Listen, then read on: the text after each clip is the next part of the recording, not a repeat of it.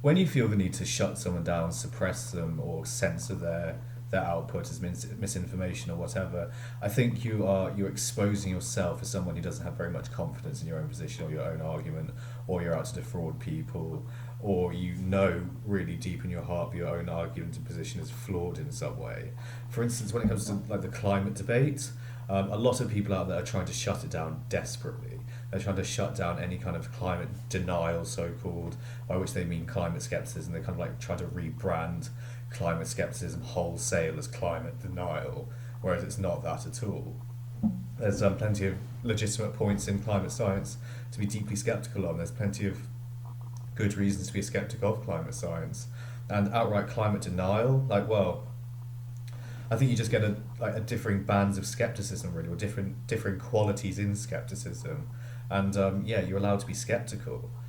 For instance, like I'm a member of flat Earth groups on Facebook, and I'm not a flat earther at all. I'm a total globist. I obviously believe that the Earth is round, but when it comes to like flat earthers' output and so on, I debate them. I debate them all the time, and I try to, desperately try to like talk people out in the nicest way I possibly can of their delusion, frankly, that the Earth is flat. If they sincerely believe that, I debated a flat earther in my time, and I just like tried to be as nice and polite as possible. Say, look, you're really wrong on this.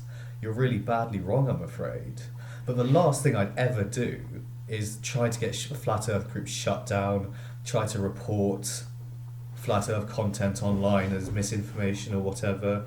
I'd never do that, never in a million years. I think that flat Earth deserves, yeah, it's fair footing on a level playing field of exposure in the public sphere for anyone who wants to gravitate towards that. I absolutely don't think that that stuff should be shadow banned or hidden or brought down in the algorithms or whatever.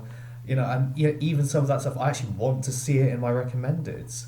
I actually want to see it in my recommenders because I want to see how good their arguments are, because I might find it entertaining, on a level like, and I'm not, yeah, like I really think if you can't stick up for your position, I don't think you know your own position well enough.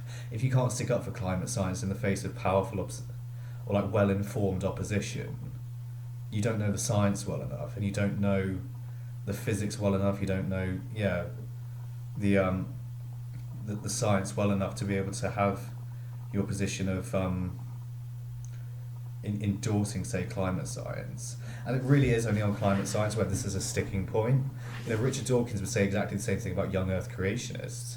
I mean, I don't think evolutionary biologists would ever go after young Earth creationists and try to, say that they're spreading misinformation and so on, try and shut them down online. I don't think anyone would ever do that. I really don't.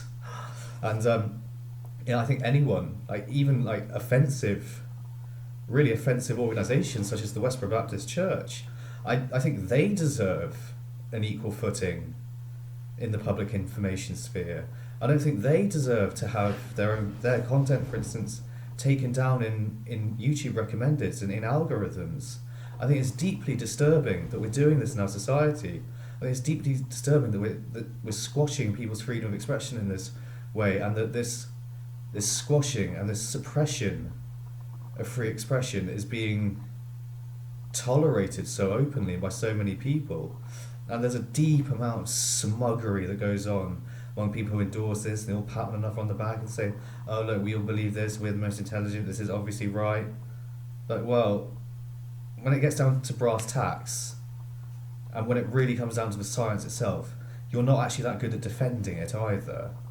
And then you have this knee-jerk reaction to try and suppress by reporting YouTube videos. So it goes to show, doesn't it? You don't actually know really what you're talking about. And you don't have that much of nearly as enlightened view about climate science as you think you do. And that's just the truth, I think.